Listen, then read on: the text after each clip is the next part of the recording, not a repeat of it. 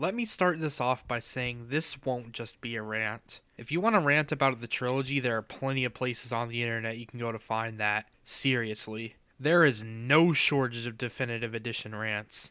It won't just be a mindless praising video either. I'm going to say some positive things. I'm also going to criticize the game and the behind the scenes concerning this game. This review will be broken up into two parts, a review of the definitive edition and a review of the game as a whole. But enough of that. Let's get into GTA 3, the definitive edition. GTA 3, the definitive edition is not an awful remaster in my very unpopular opinion. I think most of the time the game actually looks pretty good. Keep in mind I'm playing on an Xbox One S and recording my gameplay with a Game Capture HD, so both my console and recording software are outdated hardware, so the footage you're seeing isn't it in its best form. While I haven't yet played San Andreas and I'm only just getting started on Vice City, the one thing I will say the definitive edition does a pretty good job of is the environment. The actual game world. The updated textures and especially the updated lighting and reflections have me just stopping to think, wow, this looks great more times than not. I really love the way the game looks at nighttime and in the morning. I think this is due to the lighting mainly. I see a lot of people being upset that the darker atmosphere of the game is gone, and I can understand that. Although the original GTA 3 is one of the games in the series I played the least of, it definitely had a darker atmosphere. This game feels pretty bright during the daytime. I personally like it, but I can see how someone who played it a lot more could be upset and having a big part of the game's personality just taken away. The cars also look really nice and the reflections are nice. The game really does look best at times like sunrise and sunset though. Unfortunately, there's one major flaw with the game's environment. The weather. Holy shit, the rain is so bad. Holy shit, the rain is so bad. Holy shit, the rain is so bad. Holy shit, the rain is so bad. Holy shit, the rain is so bad. It's literally just a filter put over your screen, and not even a good filter. It can be so hard to see when it's raining, especially at nighttime. What makes it even worse is I have windows to the back of my setup, so if I'm playing during the day and it's raining in-game at night, I literally can't see a thing. Not to spoil too much from my Vice City review, but it is better in that game. But here, holy shit, it is so bad. I usually love rain both in real life and in games, but here I just can't stand it. And it rains so often. It would have been nice to see some wetness on the street or puddles after it finishes raining, but instead you get a water trail on your tires for about 10 seconds after it stops raining and then it's back to normal. Speaking of the street, cars still pop in. For some reason. Really not a fan of that being in a 2021 remaster. Before we move on, there are a couple more things to bring up. The first is how low quality the world appears from afar. If you are a certain distance away from anything and you zoom in with a sniper scope, everything just looks so low quality. So while stuff looks nice and pretty up close, it doesn't share that same quality with distance. It's one of those things you might not notice for a bit, but once you do, you just can't get it out of your head. I literally discovered it 2 missions from the final mission. And lastly, it seems exclusive to Xbox that there's this weird grainy effect on the game at all times. Sometimes it's hardly noticeable, sometimes it's very noticeable. Now it's time for the elephant in the room. Character models. Claude looks good. Claude looks great. Everyone else looks like they've had a fraction of his development time, if any development time. Most of the models in GTA 3 don't look all that bad for me personally. There's a handful of not so good looking ones, but other than that, most of the character models in this particular game look decent, given they're literally just upscaled versions of their original models. But of course, you do have the problem in cutscenes or mid missions where someone else is in your car, where Claude looks like he is in an entirely different plane of existence than the person next to him. Again, I don't think the models in 3 are bad at all if the plan was to keep the original style. I think out of the trilogy, it might have the best models, but there are some bad models out there. Also, Asuka isn't bad. She's my queen. But like, why is she cross-eyed? I don't think the model is bad because of that, but like, why? So if I were to give the world a letter rating in terms of remastering, I'd give GTA 3's world a B-. The minus for the long-distance graphics and the loss of the original game's atmosphere. And if I were to give the character models a letter rating, I'd go with a C. Claude looks damn good. I don't care what anyone says about him. But because everyone else is either just passable or a few are just not very good, I'm going to go with a middle of the line grade. Passable for retaining the style of the original, but could be a lot better even with that in mind. But the Definitive Edition does more than just add graphical updates. It also has some quality of life updates to all 3 games, and these quality of life updates are basically the same across the board. Weapon Wheel is a welcome addition that makes switching weapons and keeping track of what you do and don't have easier and quicker in combat. The Radio Wheel is the other and makes switching stations much faster. My 2 gripes with this feature, however, is there isn't a highlight over the station the vehicle is currently tuned to, and there is no telling you what song by what artist is on, unlike in GTA 5. These aren't game breaking or anything, I just figured it would work exactly as it does in GTA 5. Oh well. There's also supposedly GTA 5 style targeting in this trilogy. I'm not so sure how accurate this actually is, because aiming feels nowhere near as fluid as GTA 5's aiming. With auto aim, it feels kinda more like GTA 4's aiming. I do think it's definitely easier to target in this version of the game than the PS2 version where it was an absolute nightmare, but overall I wouldn't say it's GTA 5 styled. It's definitely better than what we had before though. The final quality of life update is checkpoints, which is an absolute lie. Just like it was in the 360 version of San Andreas, it's just a replay mission feature. Which, believe me, in this game makes a huge difference because the pure amount of missions which you are likely to fail at least several times in this game is absurd. Or maybe it was just because this was the first time I've ever played some of those missions. Regardless, it's a welcome addition. I just really wish they'd advertised it as what it actually was though. One quality of life change which I would have liked to see in this game, which is present in GTA 4 and 5, is keeping weapons after death. But most of the time this can be avoided if you die in a mission and choose to restart the mission. But it really sucks to die in free roam then have to go round up all your weapons again. But I'm not really going to pin it against them for not having it, and it's nothing too terrible. It's just personally what I wish. It's just with all the GTA 5 inspired features, you'd think they'd have that too. Every quality of life feature added is a very welcome addition and does improve the gameplay, but due to the 2 big changes, the targeting and mission checkpoints being half of what you'd expect them to be, I'm gonna go with a C+. Oh, and I'm gonna plaster this in here. One quality of life fix that absolutely needs to happen is they need to add the original menu sound effects to 3 and Vice City. Them being the San Andreas one is just weird and doesn't really make sense.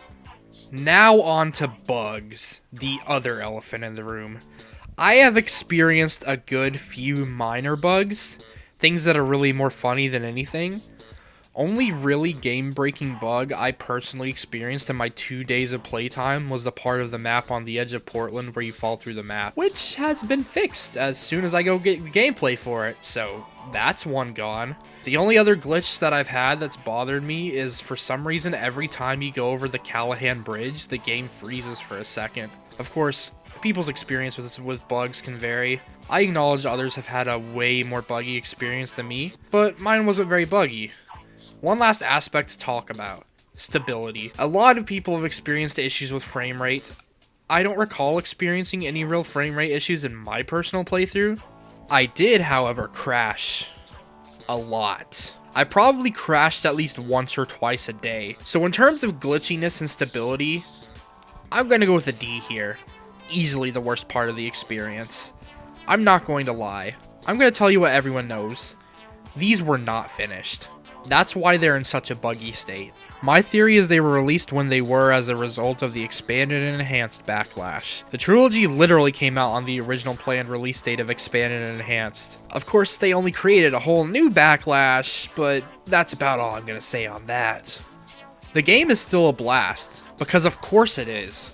GTA 3 was a great game in all its frustrating nature even back then, and with some of that frustration removed, it only makes it better. So with the different aspects broken down, I'm going to attempt to calculate a total grade. I'm not going to say the percentages of which I used because I don't really think they're relevant, but I'm going to say the letter grades. So the environment got a B-, the character models got a C, quality of life updates got a C+, and bugs got a D.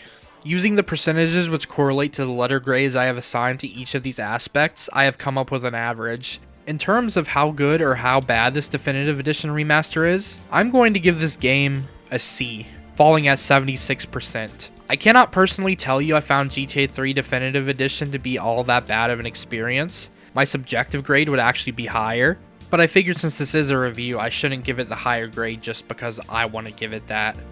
But I'm also not going to pretend to pick up my pitchfork and join the riots because, well, that wouldn't be me being honest with myself or anyone else. The worst part is definitely the crashing, and assuming I'm not going to be proven wrong and they actually fix the game like they say they are going to, then that D for bugs will be eliminated and it will land as a B-, the grade I personally wanted to give it. If this upsets you, I'm sorry. I want to be honest to how I feel, and that's how I feel. One last thing I have to say is no matter how good or how bad of a state these remasters are in now or in a year, it doesn't excuse them taking down mods and threatening to sue modders. That is an absolutely shitty thing to do. And yes, some of those mods were better than what we got here. I'm not going to tell you to go out and purchase these because truly, they don't deserve the money because of that alone. Even if these were Red Dead Redemption 2 level remakes, Rockstar is quickly becoming a parody of itself since Dan Houser and Laszlo left. It's really concerning for the future of the company. But regardless, I was still hyped for this. I pre-ordered it and I'm enjoying the hell out of them. And I realize how that isn't a good thing because it enables them to continue doing this.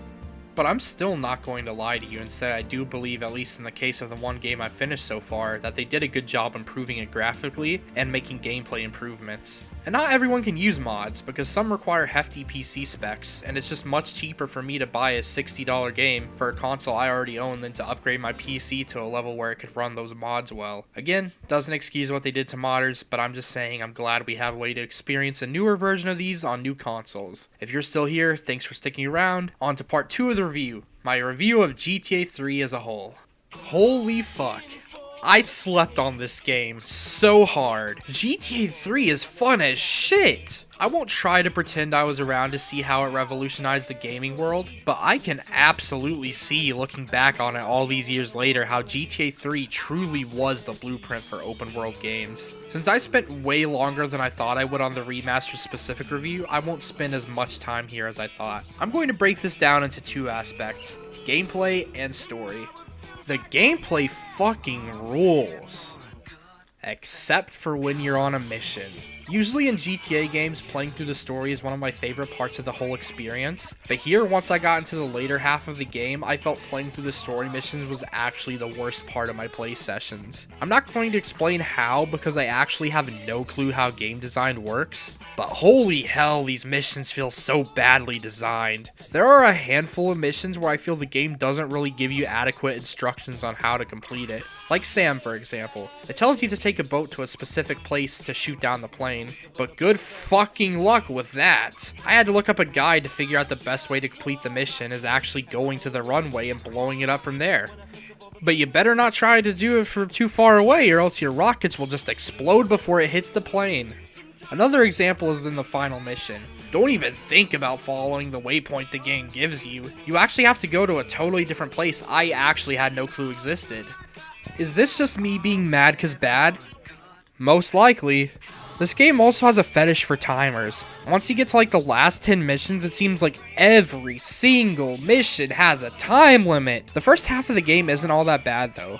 Hell, those missions are actually quite easy, but the difficulty rises, and it rises very high, very fast. GTA 3 is a fucking hard game, even after all the changes that were made to make it easier. Anyway, we've talked about the mission gameplay. Now let's talk free roam gameplay. Holy hell. It's good. It's so fucking good. First of all, I appreciate the hell out of the way the 3D Universe game gives you ways to make the game so much easier for yourself by going out of your way to do side activities. For each 10 of the 100 packages earned, a new weapon drop spawns in at your safe house, meaning you can have most of the game's arsenal for free as soon as you unlock all 3 islands. Import-export garages upon completion of all 3 lets you spawn in most, if not all, of the game's vehicles by will, meaning at some point in your game you can freely spawn in whatever sports car you want, or a fucking tank anytime you want, which if you're like me, will be all the time from that moment on.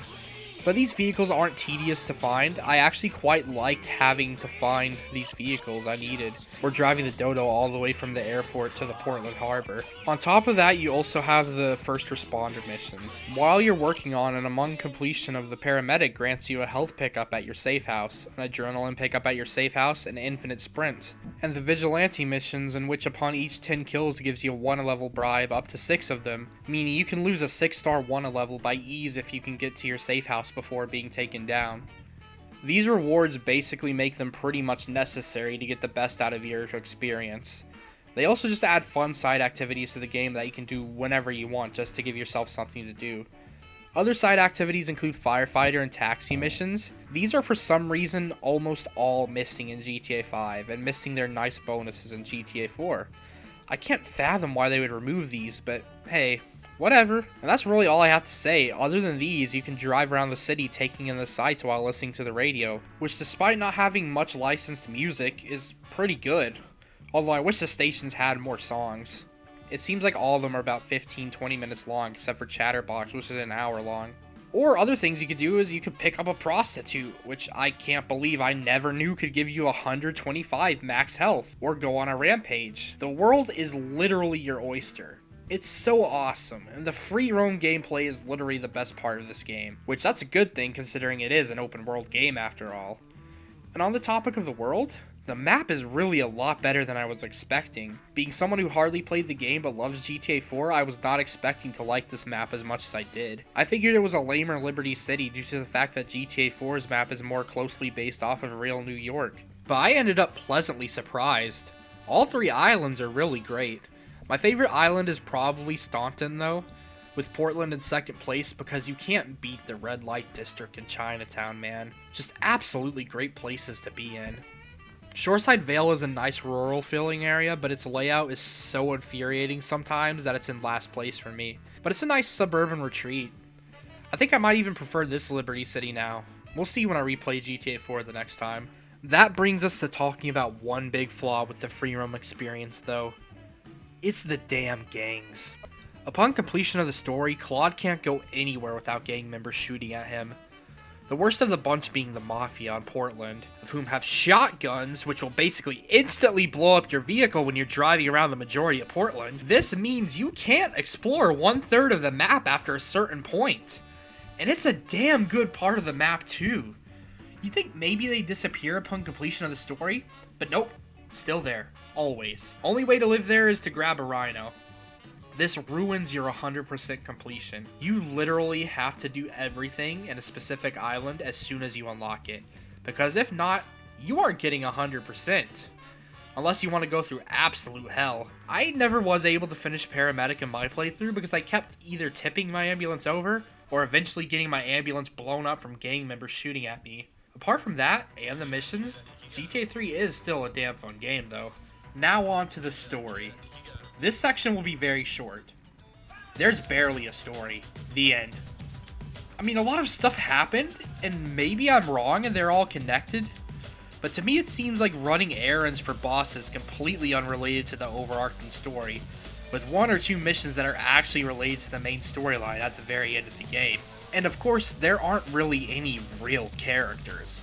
Claude really isn't a character, and even though the game implies this is a revenge story, it doesn't feel like it, because obviously Claude never speaks, so you never get to hear him talk about it. And you spend maybe 5 missions actually doing anything related to that storyline out of the like 50 plus missions. None of the bosses really feel like fleshed out characters either. Even Asuka, as much of a queen as she is, really isn't a character. I mean, she has one good, well I don't want to say good, but one character moment when she talks about her brother's death. And that's like really dark because Claude's the one who did it. But apart from that, that's really it. Now I understand how this was in Rockstar's early days and they would go on to pretty much only make good stories for the rest of their career. But man, the story really isn't very strong. Hell, the thing I'm looking forward to the least when I replay GTA 3 next time is the story. Because the mission gameplay is horrible, and the story itself is really nothing special. I do like the part of the story where Claude ends up making enemies pretty much everywhere, and how that is reflected in the open world experience. But I also hate how it ruins the open world experience, so even that really isn't a win. Regardless, I ended up with 2 days of playtime and basically one weekend, and had a great time most of the time. I loved this game, and I thought it was a decent remaster. So, yeah, that concludes this review. I might be uploading tiny gameplay clips while I'm playing through Vice City like I did with this game. However, as of right now, I'm about halfway through the game and don't have very many clips compared to GTA 3. So we might not see each other much until the Vice City review. So until then, thanks for watching. Hopefully you don't think I'm some shill on Rockstar's payroll. I'm simply a consumer giving my unfiltered perspective on a product that I bought. I wouldn't be surprised if my Vice City and San Andreas reviews feature many more hot takes. So yeah, see you then. Should be a fun time. I gotta go finish Vice City. Bye.